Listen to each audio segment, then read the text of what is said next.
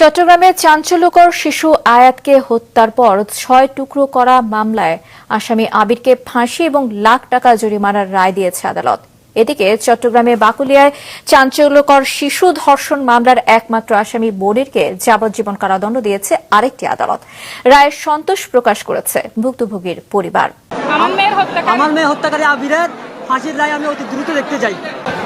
আসলে আমরা পিবিআই এই মামলার কোনো ধরনের কোনো ক্লু ছিল না। আমরা সম্পূর্ণভাবে গোয়েন্দা তথ্যের ভিত্তিতে আমাদের নিজস্ব টেকনোলজি ব্যবহার করে আমরা আসামিকে ধরেছি।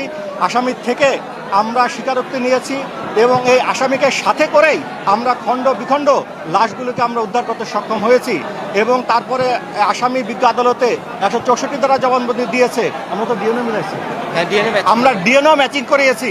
সুতরাং যে রায় আদালত দিয়েছে আমরা আদালতের প্রতি সন্তুষ্ট। আমরা এই রায়ের দ্রুত কার্যকর আশা করি এবং পিবিআইকে এবং ভিকটিম আয়াতের পরিবারকে একটা ন্যায় বিচার দিতে সক্ষম হয়েছি।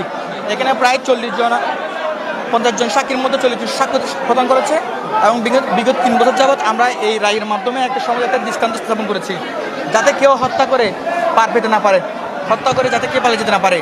এবং আমাদের এই যাত্রায় আমাদের সবচাইতে আমাদের রাষ্ট্রীয় প্রশাসন পিবিআই তাদের সমস্ত অনেক হেল্প করেছে। ওনাদের অক্লান্ত পরিশ্রম ছিল এবং এই আয়াতের প্রত্যেকটা টুকরা, লাশের প্রত্যেকটা টুকরা থেকে আমরা বডিটা পাওয়া যায় নাই, মোট 2টা বডি মিসিং হয়েছে।